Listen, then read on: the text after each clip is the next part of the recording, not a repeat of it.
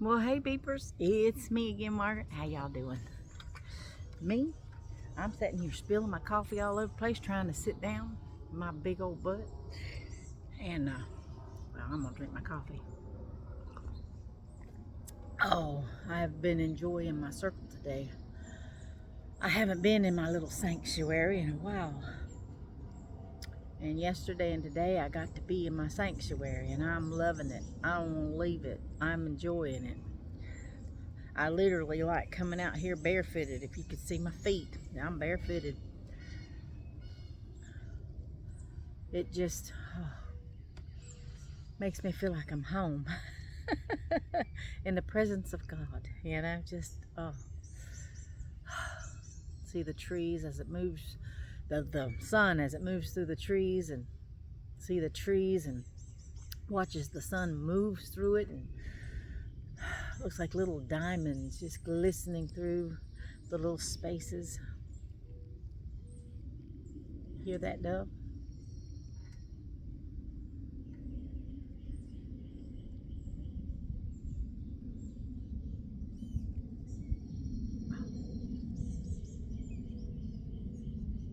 You hear that hoo, hoo, hoo? And then all the little tiny birds. Oh. Got a puppy dog guarding me at my feet, and two puppy dogs over there guarding me.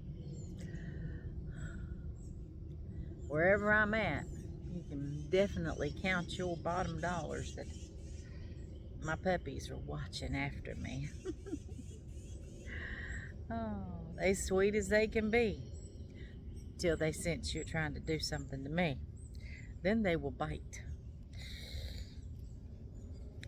I realized that when my husband had brought one of his friends from work in, and they were getting a refrigerator, and I had went down there to help them move some stuff. And well, my husband had walked on up, and the gentleman was walking. I mean, he was, I don't know, 5 feet away from me to the side. Sweet man, didn't seem like he was gonna hurt me or nothing. And my dogs come right up in betwixt us, and one of them, because his hand was kind of down like this, just hanging beside his side, and he was walking, and one of my dogs just come up right behind him and right into the palm of his hand, just nipped.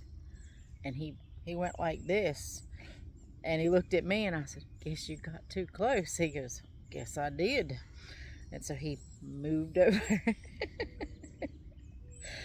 So yeah, they sweet till you get a little too close to mama.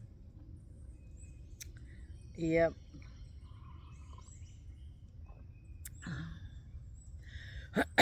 They my little protectors.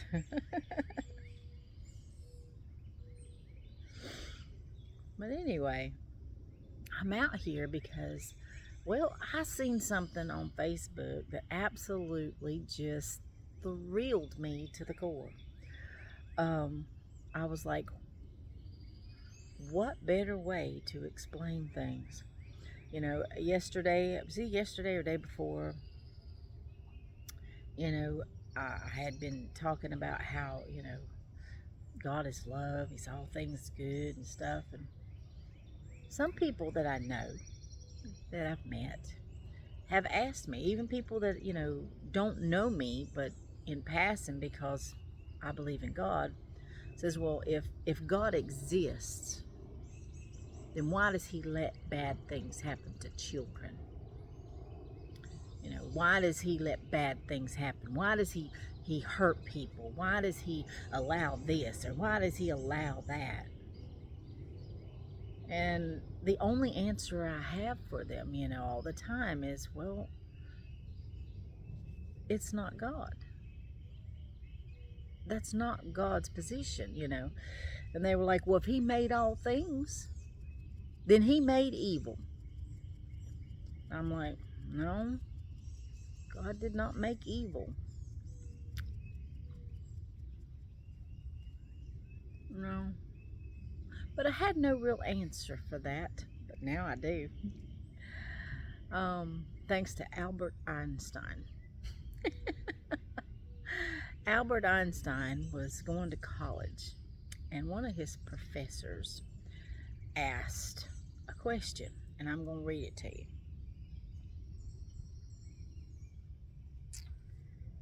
Let's see. Sorry, don't got my glasses on.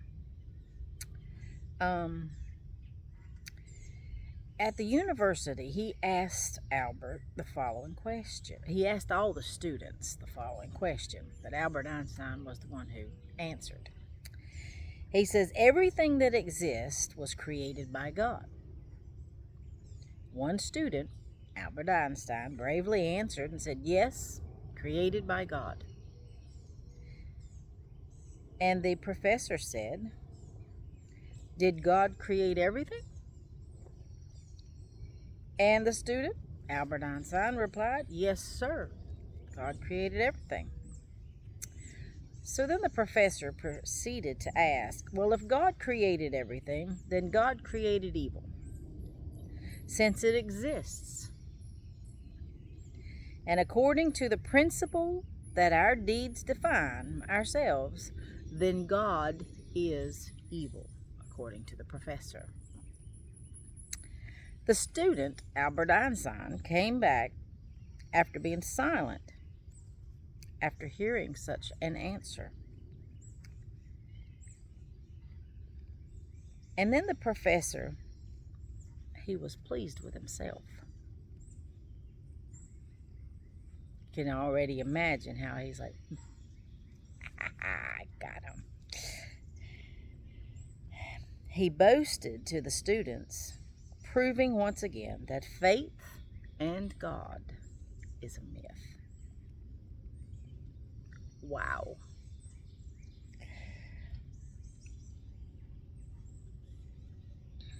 Then a student raised his hand and said, can I ask you a question, Professor? And the professor replied, of course.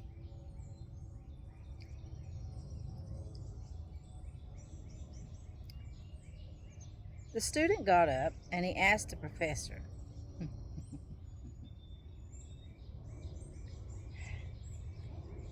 my fingers keep hitting this thing and I'm trying not to.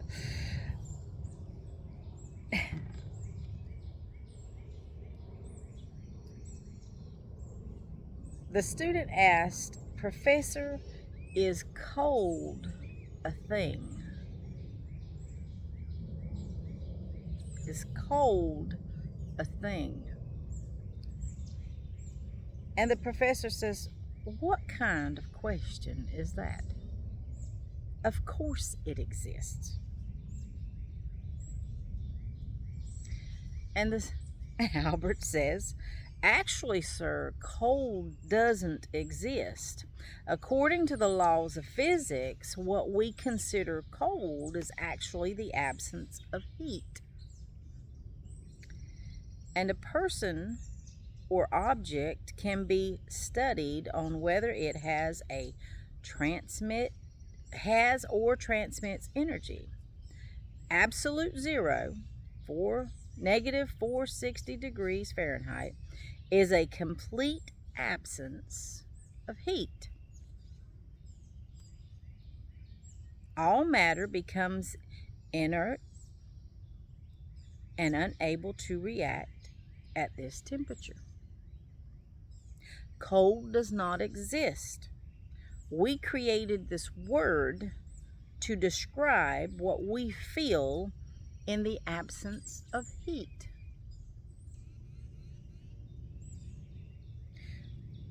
Then Albert continued, Professor, does darkness exist? The professor said, of course it exists. You're wrong again. He said, sir, darkness also does not exist. Darkness is actually the absence of light. We can study the light, but not the darkness. We can use Newton's prisms to spread white light across multiple colors and explore the different wavelengths of each color. You can't measure darkness, Albert said. A simple ray of light can break into the world of darkness and illuminate it.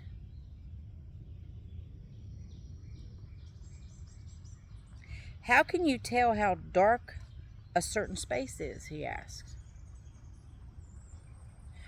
You measure how much light, right, is present. Isn't it so? So you know this professor's not liking him at all. Darkness is a term that we as human beings use to describe what happens in the absence of light. So in the end, the young man, the student, which is Albert Einstein, asked the professor, "Sir, does evil exist?" This time it was a little uncertain, and the professor answered, "Of course. As I said before, we see every day, cruelty, numerous crimes, violence throughout the world. These examples are nothing but a manifestation of evil."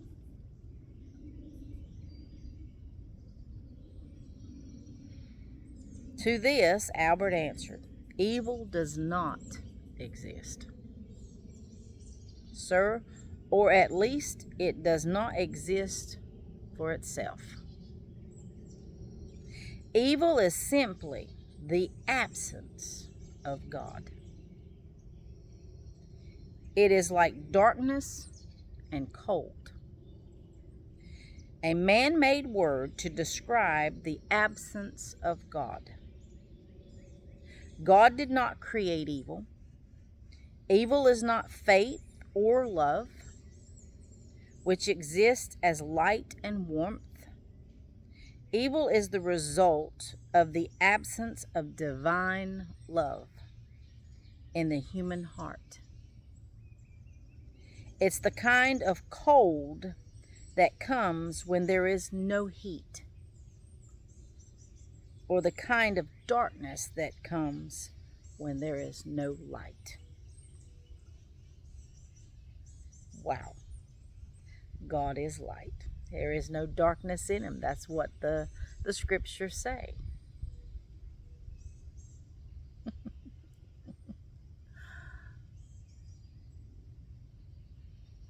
Wow. He said, "To be hot or cold, but to be lukewarm, I'll spit you out of my mouth."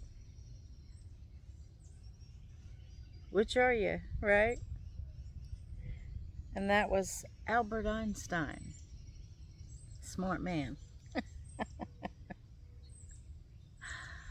I love that answer, but I thought y'all would get a little kick out of hearing that.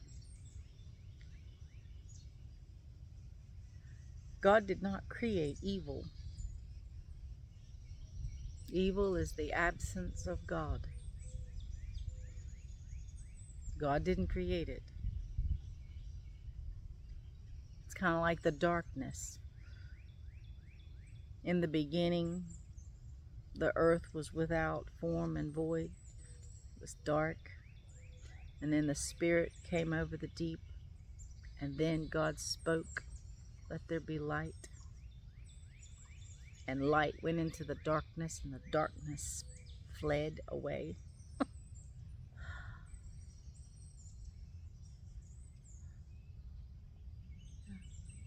Evil is the darkness. It's cold. It's the absence of God. So if there's evil in your life, and you see evil in the lives of others, it's the absence of God.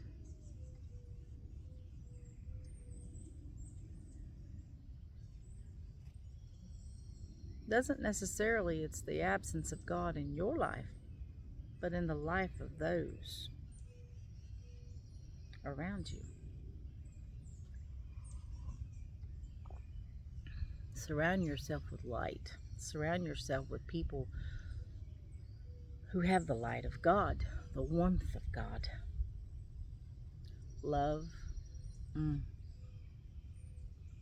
joy, happiness, positive thoughts, positive actions, positive reactions. So everything around you is good. But I know it's hard sometimes. Like now, I'm going through a portion of a hard time because those I love are going through a very dark time. The absence of God in their life. And in return, they leaning on me to help them through it. And I'm being used by God to help them through it, which in turn can be quite draining on a human body. And so I relish the time that I get to spend with God to recharge, because the world likes to drain you and pull you out of the light and into that darkness, and you can't, you got to fight that. That is your works. That is, it's not easy being a child of God. You've got to stay recharged, regenerated all the time. And sometimes it's hard when you're running on empty, like, a phone battery. You can only go so far. And then you have to recharge it.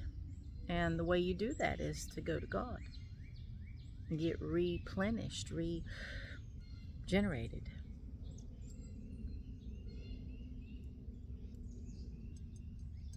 Take all that negative that's taken out of, they've taken all your positive and left you empty on the negative. And it's like, oh, God help me. So yeah, life can try and pull you away from God, but you can't let it. The absence of God is evil. Don't let evil in. Once you start feeling drained from God, feel like you're being pulled away from God, or that you haven't, talked to God of late, or that, your life just seems to be going into a spiral of mess. Well, why? Because you've left God behind. Get back in line with what, you need to do to get with God, to stay with God. If it means turning on, some good praise music, if it means turning on some good preaching, if it means going to church every Sunday or Wednesday, if it means going around a person that you know of who just loves to talk about God, just regenerate. That's what you need to do. But I thought y'all would like that. I do.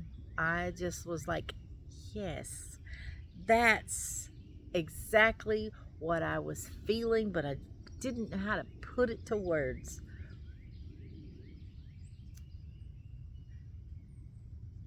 Evil is not something God created. Evil is just the absence of God. And it can happen in anyone's life, even in those of us who follow Christ. Because those that are around us can draw our positive away and leave us in the negative, that we need to be recharged. So stay hooked up. Stay in constant prayer with Almighty. And He'll tell you when to come get charged. And I'm being charged right now. Y'all have a blessed and wonderful day, and I hope this helps somebody understand things a little bit better, because I know it helped me. Y'all have a blessed and wonderful day. Bye.